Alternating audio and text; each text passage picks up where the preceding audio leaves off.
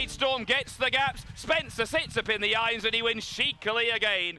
The ultra-smart Tradestorm has come a long way since he was beaten off a mark of 104 at the start of last year's carnival.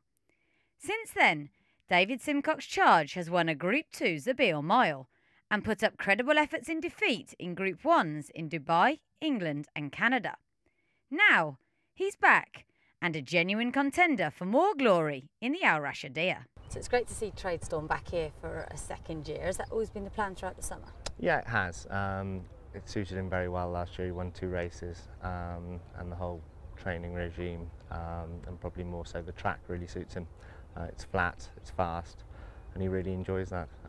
In England he gets very few opportunities to run on such a track, and the particular races you want to run at tend to be at Ascot, Goodwood, and they tend to be undulating, stiff tracks, and it doesn't really suit him. He was a revelation last year. He really needed that first run, and then one of the most impressive Zabeel Mile winners I think we've ever had.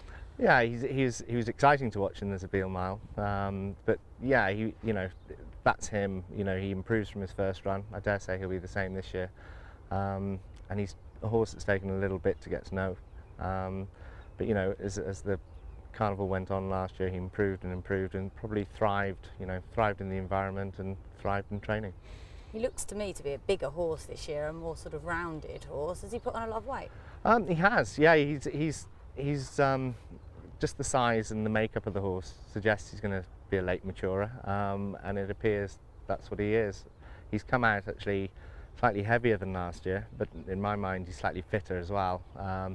Probably left him undercooked last year, but I was wary of what I'd done in England to him 2 years ago, in the fact that I tried to sort of take a lot of weight off him too quickly and overcooked him. And it's all getting to know a horse, and he's very, now we know him, know where we are with him. We don't mind giving him his first run, letting him need his first run to improve.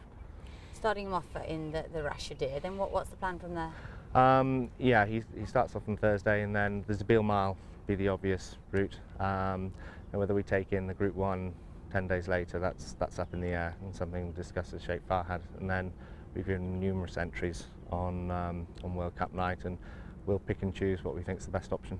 What do you think his best trip is? Probably a flat mile, but depending on what Sheikh Farhad brings out here, we haven't ruled out the World Cup. It's more likely to be the duty free, but haven't ruled anything out. But a flat mile on a fast track with a turn, yeah, that seems to really suit him.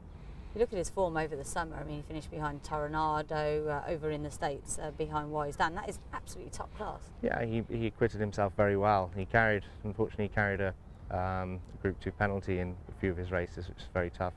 But from the Queen Anne, running against Declaration of War, Wise Dan, like you said, Tornado, it wasn't easy for him. And I doubt we'll race him in England this year. I think it'll be a totally international campaign. We'll look at Hong Kong, we'll look at Singapore and America mid-season, and possibly Australia at the end of the season.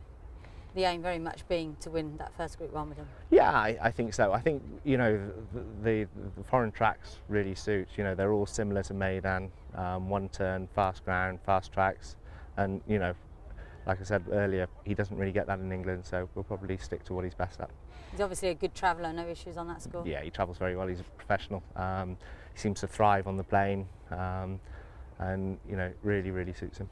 When did you know you had a Group 1 horse on your hands with him? Very difficult to know. Horses improve, the whole makeup of the horse. He's a big, gross, big boned horse. You can only get better. At home, no, you wouldn't know it. Dream Ahead and I'm a Dreamer were fantastic workhorses. He's not a fantastic workhorse. He does exactly what he's asked to do, and you only get really to know on the track. But he's a real good, great horse to train.